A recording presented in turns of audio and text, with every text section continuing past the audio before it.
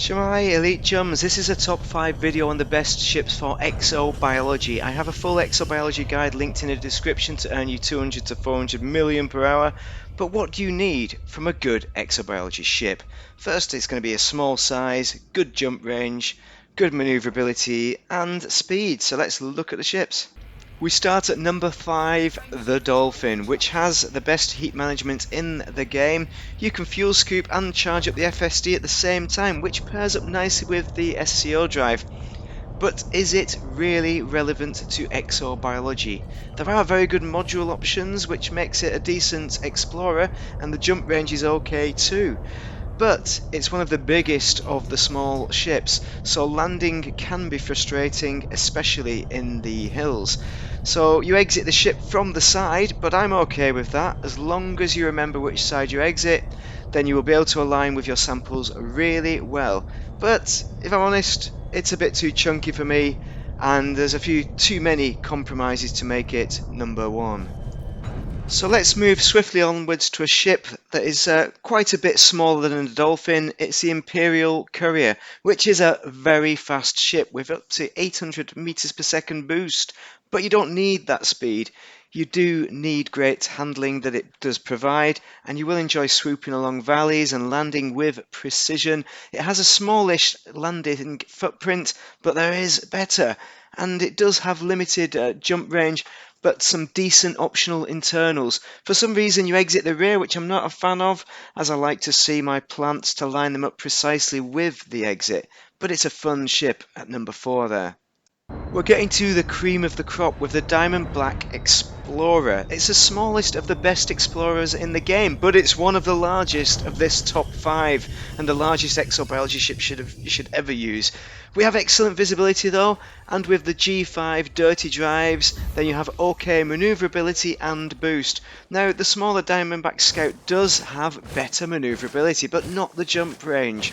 The fuel scoop though is small for the ship, but you will get the best jump range by far, and although the fuel scoop slows things down when doing longer jumps, it's no problem for exobiology. But it's the size where you can struggle. Similar to the Dolphin, the mountains can be tricky to find that landing spot, meaning you take a little longer to find a good landing spot. But if you are purely hunting for the highest paying, the Stratum Tectonicus, then you will have no problems at all, and this is the best ship for that. Sadly, you exit the rear, which is a bit of a compromise in my view, but as a true explorer you have the best optional internals of all of these ships. The thing about all the other ships is that they sacrifice a small landing footprint, and for some, manoeuvrability and speed too. And so, number 2 is the Eagle, or the Sidewinder too. They are a dream to fly. You can install advanced thrusters to really perk up the performance, and the smallest footprint means you can land just about anywhere on the planet. I favour the Eagle because you exit the front, which makes it easier to land in front of your plant, and I just like the way it flies. So what is the downside? The jump range is not the best, and there is limited optional internals, so these are best used with a carrier as support, or for those who want to throw danger into the wind. But what a magnificent ship to fly, the best in the game. So you've got to ask yourself, which is number 1?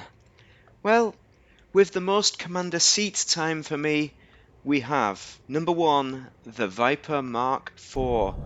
Now, just like the Sidewinder, this is a small ship and can land just about anywhere. There are excellent optional internal modules, so it even works as a standalone explorer. It has a great fuel scoop, and with a Guardian FSD booster, a pretty good jump range too. The handling is not quite as good as the Eagle, Sidewinder, or even the Courier, but it is better than the DBX and Dolphin, and is certainly good enough for exobiology.